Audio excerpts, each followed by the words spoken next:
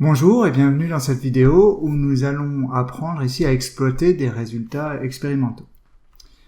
Alors, la démarche scientifique se base sur des résultats d'expérience pour valider ou invalider, en tout cas pour vérifier une hypothèse. Donc en SVT, vous aurez parfois l'occasion d'avoir certains exercices qui proposent d'analyser des résultats d'expérience. Et pour analyser ces résultats d'expérience, il y a une méthode qui va vous être présentée dans cette vidéo. Donc nous avons ici une expérience qui a été réalisée pour mettre en évidence la respiration des êtres vivants. L'hypothèse que l'on cherche ici à tester est « je suppose que les asticots respirent ». Donc les êtres vivants qu'on a choisi d'étudier ici, ce sont des asticots.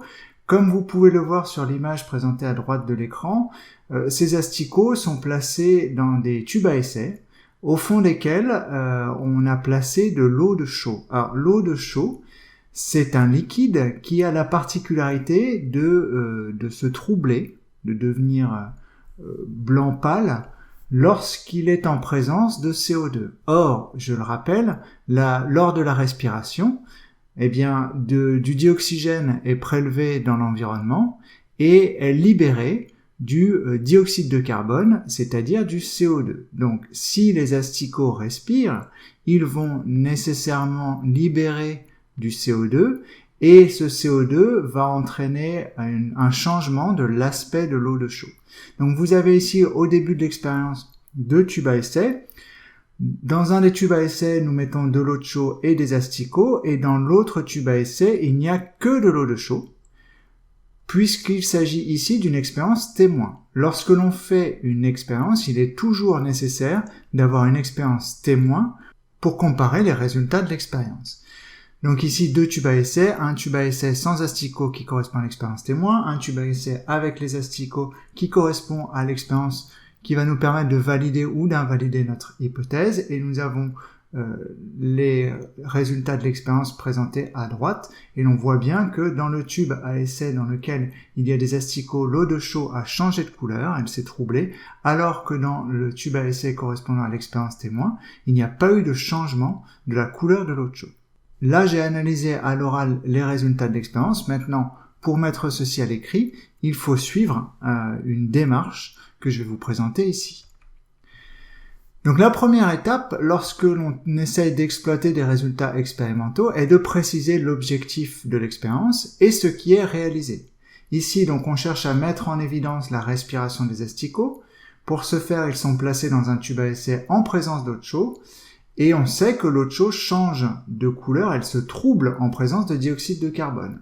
Donc pour comparer les résultats, on réalise une expérience témoin, c'est-à-dire exactement la même expérience, sauf que la seule chose qu'on a enlevée dans le tube à essai, ce sont les asticots. On a un tube à essai dans lequel il n'y a que de l'eau de chaux. Une fois qu'on a précisé l'objectif de l'expérience et ce qui est réalisé, nous allons observer les résultats et les décrire, comparer les résultats de l'expérience réalisée avec ceux de l'expérience témoin. Ici, dans les deux tubes, on observe l'aspect de l'eau de chaux. Donc, lorsqu'il y a absence d'asticots, c'est-à-dire dans l'expérience témoin, l'eau de chaux reste limpide. En présence d'asticots, par contre, l'eau de chaux se trouble. Dans l'étape 3, il s'agit de rédiger une conclusion maintenant. Que peut-on tirer de ces résultats ?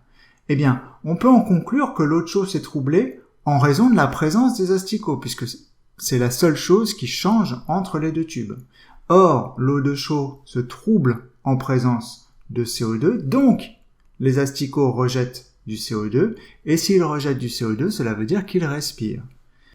Notre petit texte n'est pas terminé, puisque la toute dernière étape ici est de dire si l'hypothèse de départ est validée, invalidée ou nuancée.